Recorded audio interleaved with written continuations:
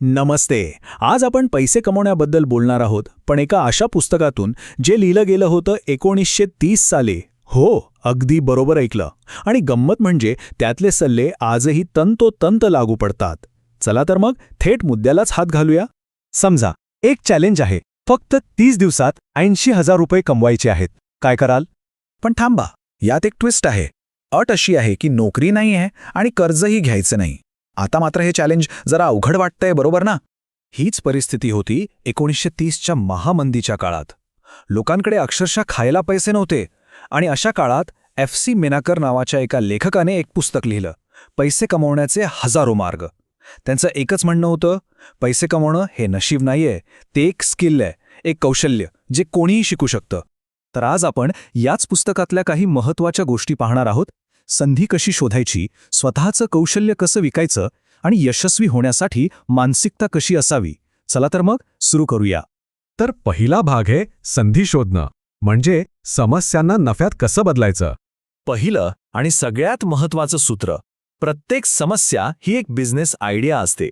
जिथे समस्या तिथे पैसे. बघा, सामान्य माणूस काय करतो? तक्रार. पण एक उद्योजक विचार करतो की ही समस्या सोडवून पैसे कसे कमावता येतील. समजा घरातल्या किंवा आजूबाजूच्या वयस्कर लोकांना स्मार्टफोन नीट वापरता येत नाही. ही एक समस्या आहे, पण त्याचबरोबर एक मोठी बिझनेस संधीसुद्धा. याचंच एक उत्तम उदाहरण म्हणजे रेड बस. 2005 साली दिवाळीच्या वेळेस फंदरसमा नावाच्या तरुणाला घरी जायला बसचं तिकीट मिळालं नाही. हा त्रास तर अनेकांना होतो, पण त्यांनी या समस्येत एक संधी पाहिली. त्यांनी ही एक छोटीशी अडचण सोडवली आणि पुढे जाऊन त्यांची हीच कंपनी तब्बल 800 कोटी रुपयांना विकली गेली. विचार करा. आता दुसरं तंत्र ऐकायला थोडं वेगळं वाटेल. आधी विका, मग बनवा. हो, बरोबर ऐकलत.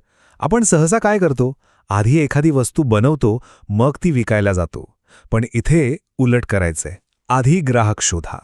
समजा तुम्हाला टिफिन सेवा सुरू करायची आहे, तर आधी स्वयंपाकघर तयार करण्याऐवजी तुमच्या मित्रांना किंवा ओळखीतल्या लोकांना विचारा, मी 100 रुपयात जेवणाचा डबा दिला तर तुम्ही घ्याल का? 5 लोकांनी जरी हो म्हटलं तर तुमचा बिझनेस सुरू झाला. आधी कमिटमेंट, मग प्रॉडक्ट. ठीक आहे, आता पुढचा मुद्दा बघूया. मूल्य विकणे. म्हणजे आपलं जे कौशल्य आहे ना, तीच आपली खरी संपत्ती आहे. तिसरा सूत्र आहे आपलं कौशल्य विका, वेळ नाही. हे बघा, नोकरीमध्ये आपण काय करतो? आपण आपला वेळ विकतो, दिवसाचे 8 तास. आणि वेळ मर्यादित असल्यामुळे आपलं उत्पन्नही मर्यादित राहतं. पण जेव्हा तुम्ही तुमचं कौशल्य, तुमची एक्सपर्टाईज विकता, तेव्हा त्याला वेळेचं बंधन राहत नाही. त्याची क्षमता अमर्याद असते. एक साधं उदाहरण घेऊया. एक चार्टर्ड अकाउंटंट नोकरी करून समजा 50,000 रुपये कमवतो. पण तोच सीए जर 5 छोट्या कंपन्यांना पार्ट टाइम सल्ला देऊ लागला, तरीही आरामात तेवढेच पैसे कमवू शकतो. आपल्या प्रत्येकाकडे असं काही ना काही कौशल्य असतंच. कुणाला एक्सेल चांगलं जमतं, कुणाला कॅनव्हावर डिझाईन बनवता येतात, कुणी रील्स छान एडिट करतं. हीच तर आपली खरी संपत्ती आहे. मीनाकर यांनी एक खूप छान गोष्ट सांगितली आहे. ते म्हणतात, जे आपल्याला येतं ते इतरांसाठी खूप मौल्यवान आहे.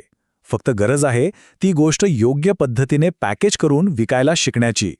चला आता जरा बिझनेसच्या सायकॉलॉजीबद्दल बोलूया. म्हणजे एक निष्ठावंत ग्राहक वर्ग कसा तयार करायचा.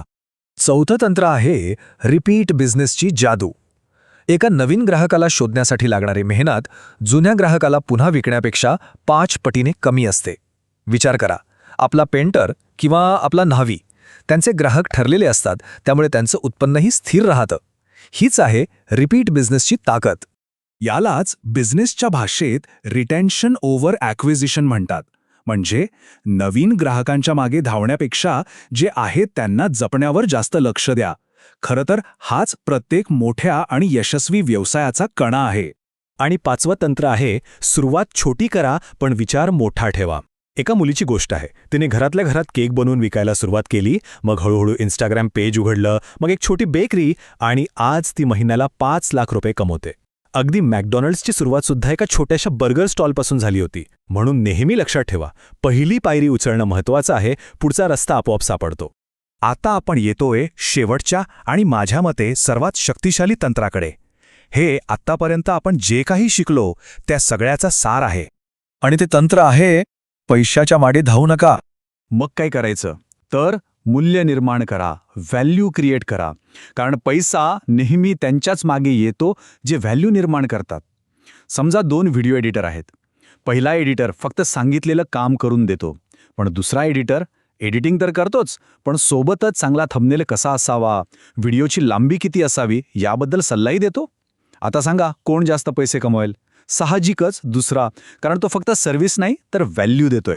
तर आपण आज काय शिकलो? चला एकदा पटकन उजळणी करूया. 1. प्रत्येक समस्येत बिझनेसची संधी बघा. 2. आधी विका मग बनवा. 3. वेळ नाही आपलं कौशल्य विका. 4. रिपीट बिझनेसवर लक्ष द्या. 5. सुरुवात छोटी पण विचार मोठा ठेवा. आणि 6वं आणि सगळ्यात महत्त्वाचं, व्हॅल्यू निर्माण करा, पैसा आपोआप मागे येईल.